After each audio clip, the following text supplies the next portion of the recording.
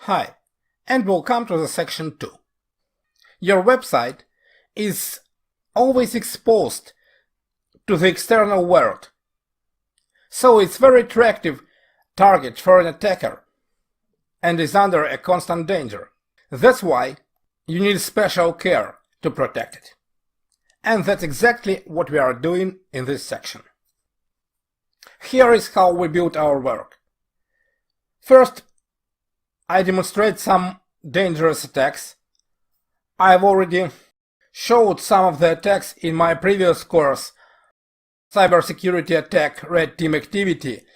So in this course, I'll continue with some new ones here. Then we'll learn how to protect against these attacks and then unite the gained knowledge in the single strategy. We begin with brute forcing website passwords with OWASP ZAP.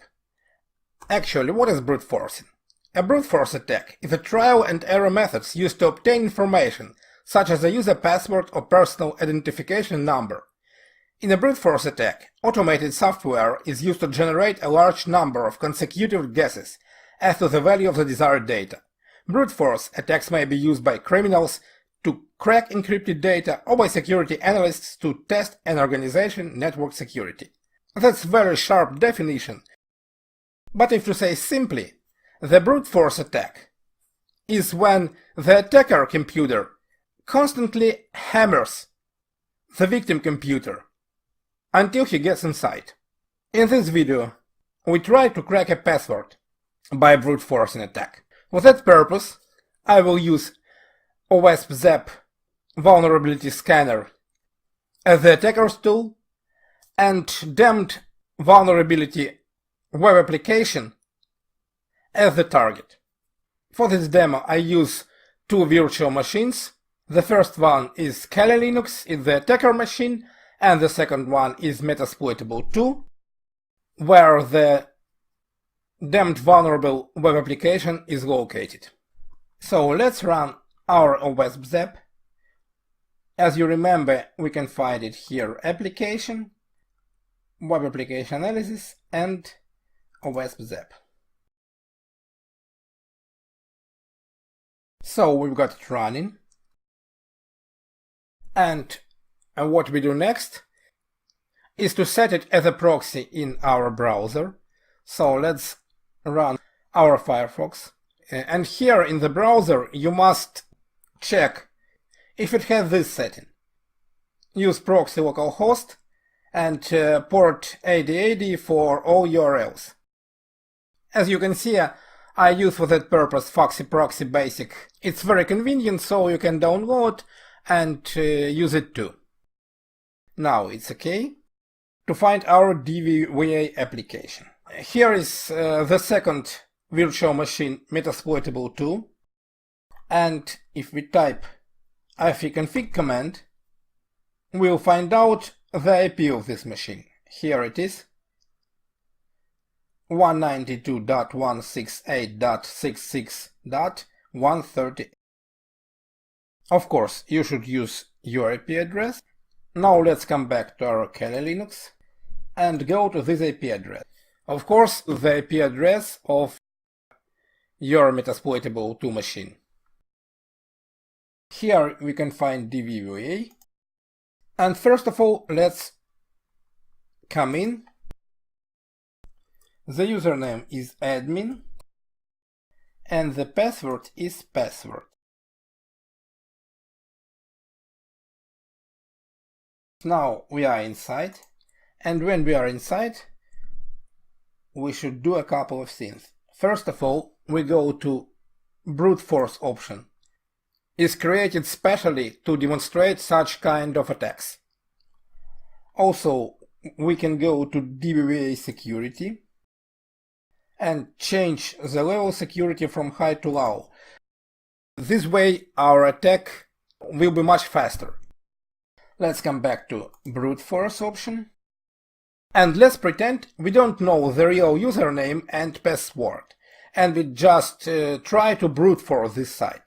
So we can suppose username admin exists, because on most sites we can find it.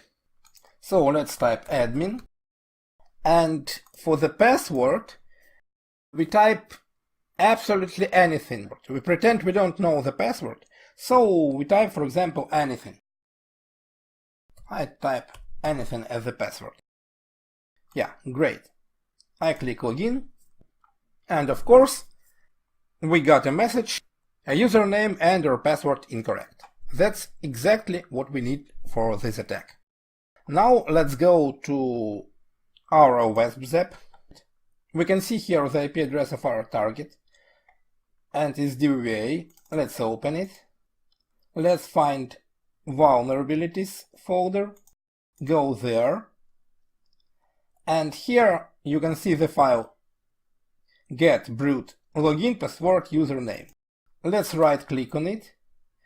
In the menu choose attack, and in the next menu choose fuzz. Here we've got the request I've sent trying to log in the site. As you can see, here is the username admin and password, then I try to, and the password anything. Let's highlight it. When we do that, this button becomes active. Click on it, then click add again, and in this menu we choose file, then click select. Actually, what are we doing now? We are going to brute force the password for the website, and for that purpose we need some set of passwords that called dictionary. Kali Linux has its own lists of passwords for training purpose, so for today's demonstration we'll choose one of them. For that purpose, let's go to the / directory, then choose user, and then share, and here in the share directory we can find world list directory. You can see there are some world lists here. I choose fast track for today's demonstration. Click open, and here you can see all the words in the dictionary that will be used for trying to break into the site. So click add, click OK, and now we can start our attack. For that purpose, let's click start further, and the attack is running.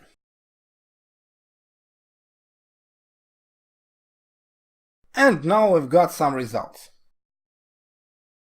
As you can see here, on the right side you can find all the passwords that try to fuzz. Okay, now we get the results of our scanning. On the right side you can see the passwords that OWASP ZAP tried to use to fuzz the website, but how we can find out what password is correct? Do we have a positive result? For that purpose, let's have a look at this size response body. As you can see here, it's the same number of bytes here. But if we scroll down through every of them, we can find that some of them is different. It has different size. Let's click on it, and let's see at the result here. Look at this string. That means welcome to the password protected area admin.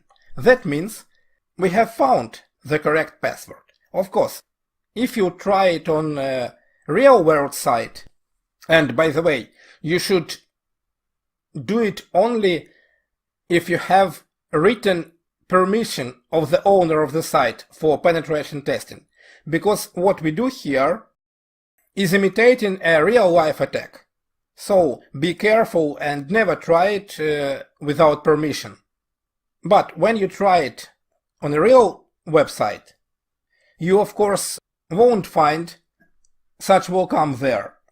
But all you need to do is just look at this password and try to log in to the website. Let's try to do that. So we are here. we pass admin, and here we use the password we get from our brute forcing attack. It's password, as you remember. And as you can see here, welcome to the password protected area admin. Now we are inside the website. So, as you have just seen, passwords of the website can be easily broken by automated brute force attack. And to protect yourself from such kind of attack, you need a password that is really bulletproof for such kinds of attacks. How to create it?